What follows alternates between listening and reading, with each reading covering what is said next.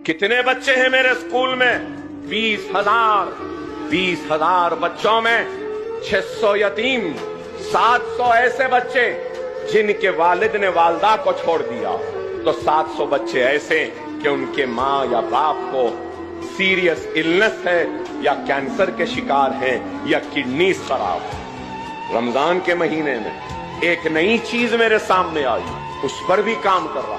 मैंने अपने स्कूल के सारे यतीम बच्चों को बुलाया, उन सबको ईद के नए कपड़े दिए, लिफाफे में ईदी दी और उस यतीम के सर पर हाथ रखा और सबको रवाना किया खुशियों के साथ।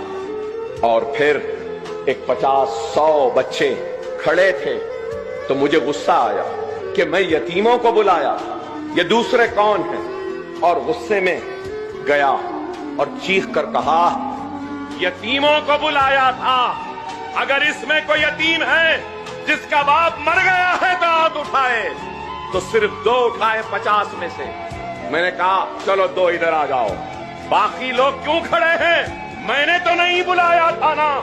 तो उसमें से 2 लड़कियां मेरे गुस्से को देखकर रोने लगी। मैंने पूछा क्यों रो रहे हो? तो 2 लड़कियां रोते रोते कहने लगी, अकबर भाई हमारा बाप जिंदा है लेकिन 12 साल हो गए हमारे बाप ने हमारा पुरसाने हाल नहीं जाना। 12 साल हुए हमने उनको नहीं देखा, उसने हमको नहीं देखा। हमारे पास ईद के लिए कपड़े नहीं है, कोई नहीं है। हमारी माँ घरों में बर्तन मांजती है। हम यतीम नहीं हैं लेकिन यतीमों जैसी जिंदगी गुजार रहे हैं। मैं आगे बढ़कर उन रोती हुई बच्चियों को अपने गले लगा लिया और कहने लगा, बेटी मुझे माफ कर दो, मेरे गुस्से को माफ कर दो, तुम फिक्र न करो, तुम्हारा बाप अकबरुद्दीन ओवैसी की शक्ल में जिंदा है।